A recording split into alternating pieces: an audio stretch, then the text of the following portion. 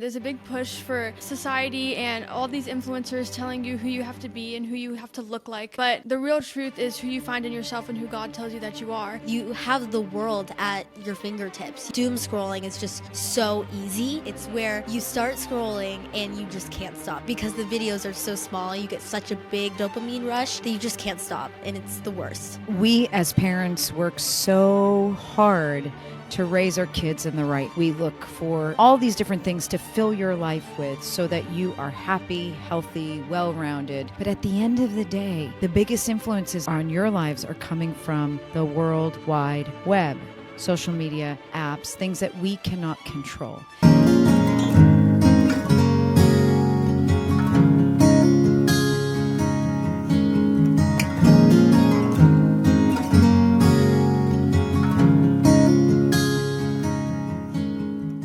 Welcome to Parenting the Now Generation. I'm your host, Rania Mankarios, and this is a podcast by a parent for parents as we're all struggling to raise our children in this ever-changing time. So I am so thrilled that today I have two very special guests. One is my very own Red, Evelyn, my daughter, who you will see often on this podcast. She will jump in from time to time as my co-host, and her dear friend Claire, who's also she's like my second daughter, but she is a host of the Claire or Claire in the Chair podcast. Claire in the Chair podcast. So hi guys, how are you? Tell us how you're doing. Very good, very good. How are you? Good. I'm doing good. How are you? Good. All right. So I have permission from mom and dad, and I'm your mom, so I've got, okay. So what we want to do is just talk about life for these two 14-year-olds today. Obviously, we're talking about parenting kids now. So I want to talk about what they're experiencing now, what they're going through, what they wish we knew as parents, what we could do better, what we could do differently, influences in their lives, the positive and the negative. But I just want to start with a touch point. So, talk to me about what it's like being a 14-year-old right now in 2025. I'll go first. Well, there's a big influence on social media. There's a big push for society and all these influencers telling you who you have to be and who you have to look like. But the real truth is who you find in yourself and who God tells you that you are. And it's very important to keep that as us growing girls, that we understand that foundation. So your foundation, you would say at 14, you already feel it's God. Yes. Okay. Yes. That's huge. Even though it's pressured by the other world around us. I agree, but it's so hard to make the right choice because there's so many choices that are just pointing you in the wrong direction. You have the world at your fingertips. You can go on Instagram, you can do all this stuff, and doom scrolling is just so easy. I am a victim of it. It's where you start scrolling and you just can't stop because the videos are so small. You get such a big dopamine rush that you just can't stop, and it's the worst. And then you look up and it's been it's been 4 hours. Okay, so let me ask you, Evelyn, you've mentioned God being an influence in your life. Claire, would you say, what's your foundational value system? What would you say? I would for sure say God, but it's also just my morals that I've tried to shape as well. And I would say God is a huge part of that as well, though. Okay. But is that normal right now for a 14-year-old girl? What's the norm? I would say definitely not. It's not the normal. A lot of, at least our friends at school, are definitely have God as a foundation. But a lot of people look up to different influencers who could be steering them in the wrong direction instead of God, which will lead you in the right direction. And their morals could be different too. Yeah. They could be focusing more on popularity or boys or something like that. And it's really hard when you're growing to shape those morals in the right way. Yeah. It's all about how you're raised at a young age. So it's interesting because, we as parents work so hard to raise our kids in the right bubble and take from that word, please understand what I mean by that. We want you in the school we feel like is best for you, with the friends we feel like are best for you. We look for, all these different things to fill your life with so that you are happy, healthy, well-rounded. But at the end of the day, the biggest influences on your lives are coming from the World Wide Web, social media, apps, things that we cannot control. And I know, even from raising 3 girls and Evelyn being the youngest, and I always say she's like the most middle school child of all the girls. Like she really is. Like my other 2 were not like this, but she's speaking in like words that I'm like, what on earth does that word even mean? I don't even know what that means. She's definitely, as much as we work and we try as parents, we do this, I've seen the touch of sort of that outside influence the most on her. Now, granted, she's, I mean, Claire, you'd agree, I think she's like a warrior in her faith, and anyone that follows her on Instagram will see she has no shame in that. And I'm so proud of it. But the reality is the world is there pulling at you. So what advice do you have for other girls like you, other young listeners who are, fun and social and involved, and you have a great friend group? How do you walk that line and find positive influences amongst all the negative? Would you like to go first? Sure.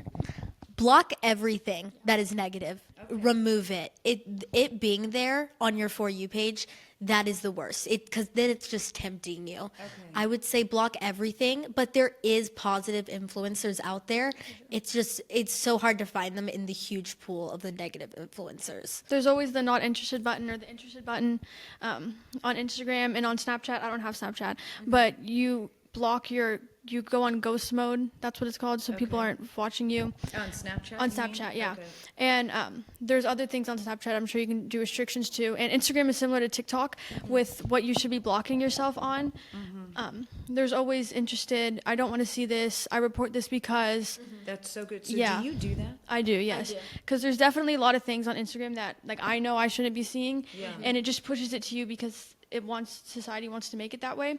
But you can always go on not interested, block, and then on the things that you do like the Christian influences or funny stuff that's harmless. Yeah. You can always put an interested in that and follow them, and then that will change your algorithm. You have to beat the algorithm because it's so hard to beat it because it'll feed you so much negative content, and it can change so much. But you can also change your For You page for the better. You just have to make small changes, like blocking certain things, reporting certain things, but also following certain people. I know Evelyn's trying to go through her following right now and kind of do a more positive one because it's so easy to just go down that hole once you're there. But I think girls should know that you can change it. You're not stuck. You can change it. So who do you guys follow online? What are positive influencers you follow? Well, ours are both similar. We both love Girls Gone Bible. They're a great podcast. 2 girls sharing their faith, how to live in a society like ours. And then I follow Ali Yost, Ashley, just popular names that you probably have heard of or seen of. You probably know them too. Yes. Those are some popular ones, but there's many more, especially there's also ones that are more geared towards like guys, like Carew Ellington, that's his name, and other ones, but there are a lot. If you don't know, you can definitely search that up and you'll find many. Yes. And people make it seem like it's hard to find positive influencers, but they are out there. Yeah. Like I follow Nicole Lano, and she's really great because she shows her lifestyle and how she's living through Christ, but while also doing so many other things, which I think is important for people to know that you can incorporate that in your everyday life as well.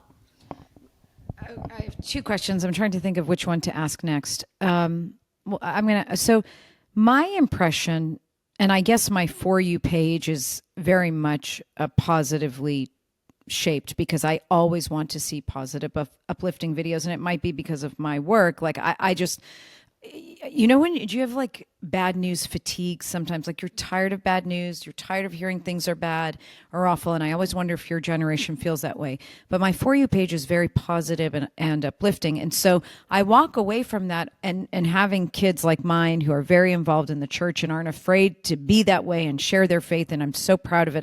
It's just the only prayer I have for them. But I feel like younger kids are becoming more Christian. I feel like there are more Christian influencers. American Idol had a worship night this past season. You see like Brandon Lakes like crossing over with Jelly Roll, doing Christian music. You hear Justin Bieber. I'm not talking about whether these people are role models or not. I'm saying Christian music and Christian culture seems to be seeping in to younger generations, or is that just my perspective, like what I'm seeing? No, I completely agree. And through Angel Studios, like we just went and watched the last rodeo. I think for sure, and it says that in the Bible. It says it in Revelations that the younger generations, they will start to turn towards God, and it's showing. So it's really beautiful to see that shift in our society. But I do think a lot of, even looking on Instagram, scrolling, you'll see younger kids our age and even younger sharing faith, reading Bible verses. It's like, oh, do you have 10 seconds for God? And it's good. It's short, but it's uplifting, and it's good to hear. Social media is so powerful, and there's definitely negative things that it's powering to people, but there is some positive things. I feel like most parents only see the bad with social media because there's a lot of bad, but there is some positive because it's such an easy way to get your message out to so many people. And I think now that people are realizing that negative message, they're starting to see what is negative and positive, and people are starting to see the Christian message. Yeah, and a really good one would be Pinterest. I know you love your Pinterest. For the parents that might not know, Pinterest is basically you making cute stuff that shows, like for us, it would be showing cute Bible verses or cute quotes that are uplifting or that share God. And one of our friends, I was actually talking to her, and she was telling me, I feel like my parents always tell me to get off of social media. Social media is bad. It'll only lead you down a wrong path. But she was saying, I was on Pinterest, and I saw this video of some guy just sharing the gospel, and then you scroll down, like you lift it up, and then there's a bunch of little like quote boxes and cute things that like you make your wallpaper or you make your icons that are really good Bible verses or good quotes. If you follow the right people, then you'll go down the right path. Yeah. It's not as much as the people who surround you in everyday life. It's the people that surround you online, because those are the people that are influencing you the most. So with that being said, it's important that you have those positive influencers around you, or you're going to go down the wrong path. Yeah. You guys mentioned doom scrolling. So do you notice a difference? And I know you are young and you haven't been on social media as long as others, but we know, and you guys know, mental health is becoming an issue for your generation. That's just a fact. You're seeing younger kids have anxiety and depression and other issues. Have you ever noticed a difference between scrolling and spending time on social media where it's like not necessarily negative, because I know you're not going to sit there and watch violent video after it, but just like useless content, or versus when you might spend time watching uplifting content? Like, do you notice a difference truly in your mind, heart, and spirit? I do, and this goes along with, I know parents say it a lot, but the first thing you do when you wake up, don't go on your phone, because that kind of sets the day. And you can really tell, like, for example, yesterday, I'll be honest, the first thing I did was not read my Bible in the morning. I went on my phone, I started scrolling, and like you said, it wasn't violent videos, it was dogs and cats, it was normal. But dogs. Yeah, like it's not anything bad, but you do shift, your brain feels tired, you feel muggy. You feel like you haven't done anything. But perhaps other sides, like today, when I read my Bible first thing in the morning, you feel energized. Even if you doom scroll after, it's less. You're more like stable. You're not as like dropped. Social media is draining. Yeah. And whenever I doom scroll, what hurts me the most isn't if I'm watching violent videos or whatever. It's that I don't remember anything I watched, and I'm like, huge. I'm like, I wasted 3 hours of my time, and then I'm like, I'm never gonna get those 3 hours back, and I don't even remember anything that I watched. Like maybe I'll remember one video, but it's always the positive ones. And so it's really important that you don't doom scroll, because you're not remembering anything. And my attention span is so tiny now.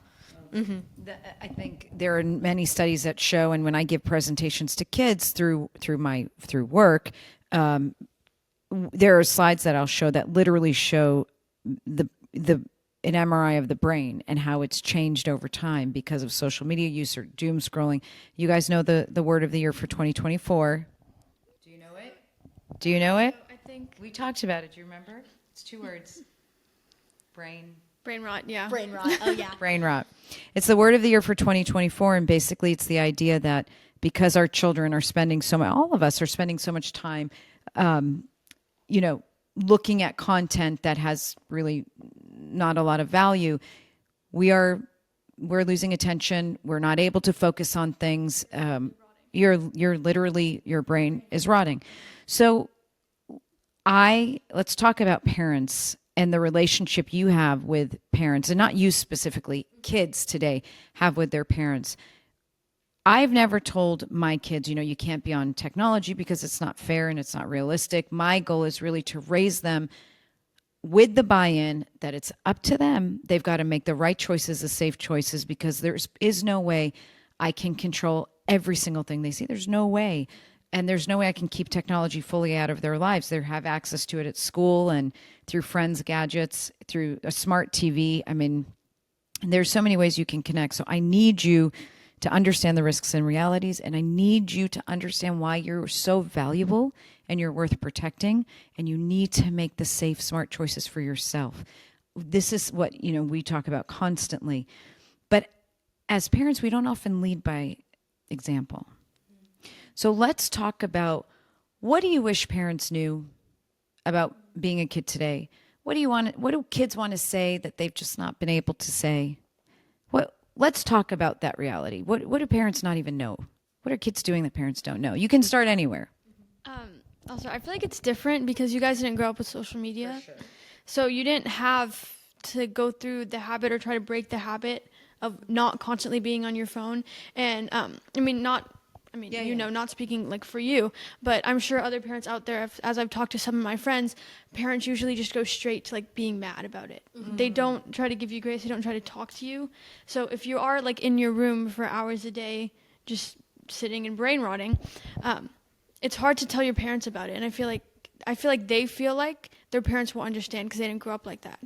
Do you feel like you have to be like on the phone? What else can you be doing with that time? Well, you could always play outside. Like there's always something you can do.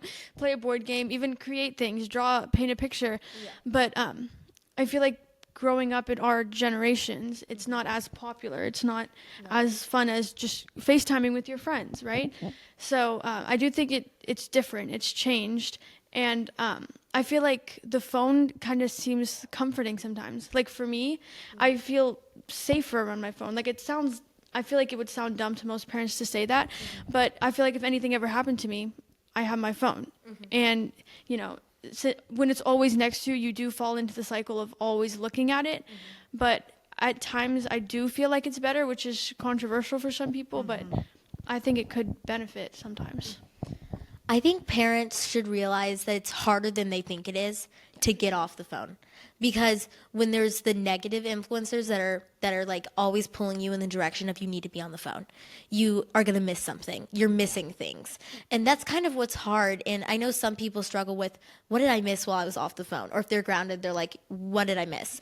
But I think parents should realize that it's so hard when the whole world is telling us to go on our phone and they're the only one telling us not to. It's so hard to listen to just them when every other person is telling us you need to go on the phone.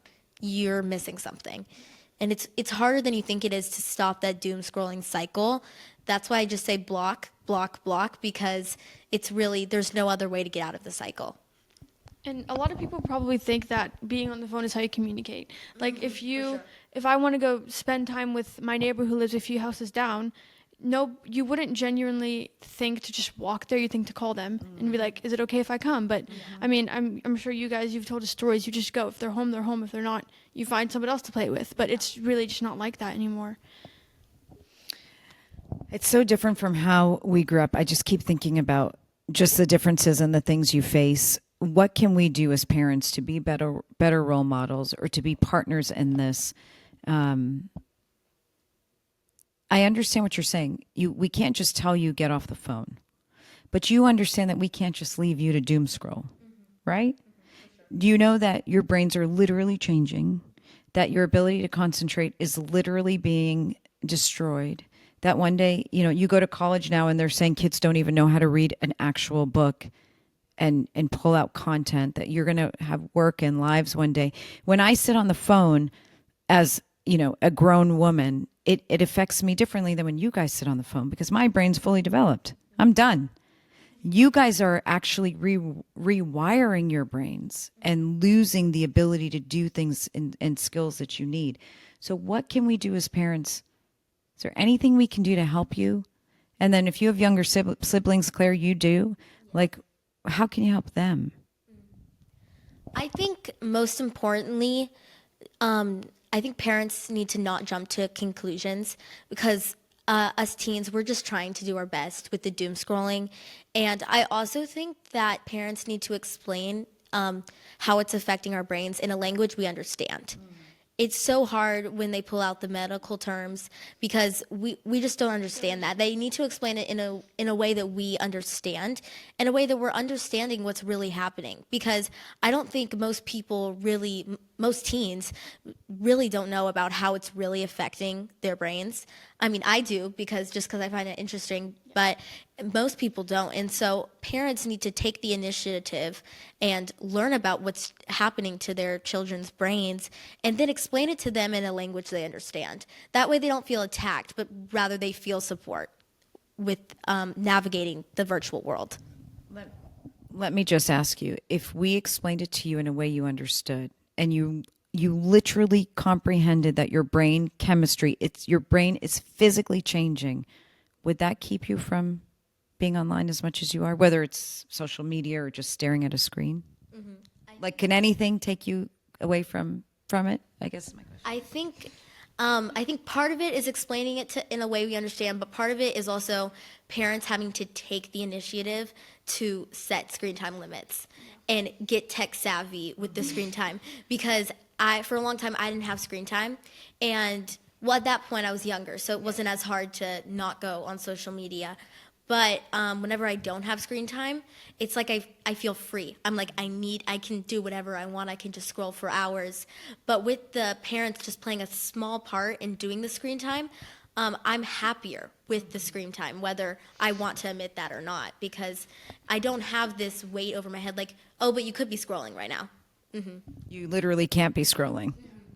And I feel like it starts small. Like you start by setting a time limit, like you said, slowly increasing it. If your kid really does have an addiction, which many do, that is different. Because, for example, last summer, my dad first time he's ever put screen time on my phone, and I noticed the change. It was like I was actually outside, like a normal. I was 11, I think so, or 12. Last summer you were 13. Oh, last summer. Oh, I guess so. I'm 14 now. Yeah. Like a regular kid would do. So I think that definitely changes things. But I think it really should start small. When it starts intense, it's just harder to stop it. All right. Well, we're going to start wrapping up, but I want to go back to sort of parenting the now generation.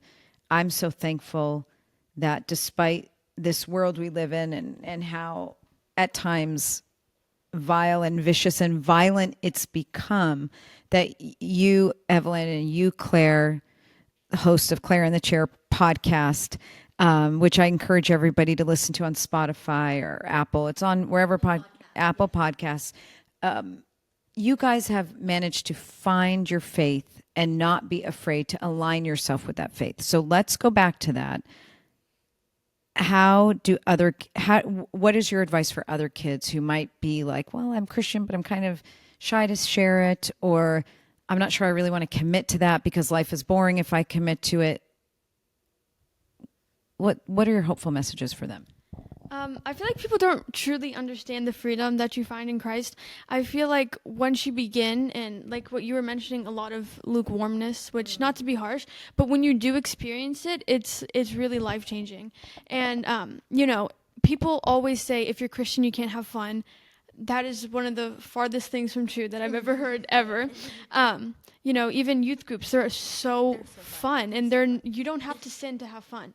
And once you realize that, it really changes things, because life is so fun, and it seems more real and like raw and more intimate when you're just you and your friend, your sister in Christ, your brother in Christ. It's more real. It feels better, and it's really fun. And once you really experience life with Christ, going out like Claire and I, we read our Bibles this morning. Like, it's just nice together. And I think it's also important to know that some people, they worship their phone like it's their God. They worship it. They spend more time with their phone than they do with God. And sometimes I'll be like, oh, I only read my Bible for 15 minutes, but I spent like an hour on my phone. I'm like, why am I doing that? And so I feel like honestly nowadays technology in the online world go hand in hand with our relationship with Christ, because the phone is constantly trying to pull you away from that because it's so easy to just get distracted. So I think it's really important to know that you need to worship God and not your phone. And some people worship their phone because it's just so easy to. Yeah. But at the same time, there are, like, I completely agree, and it's so true.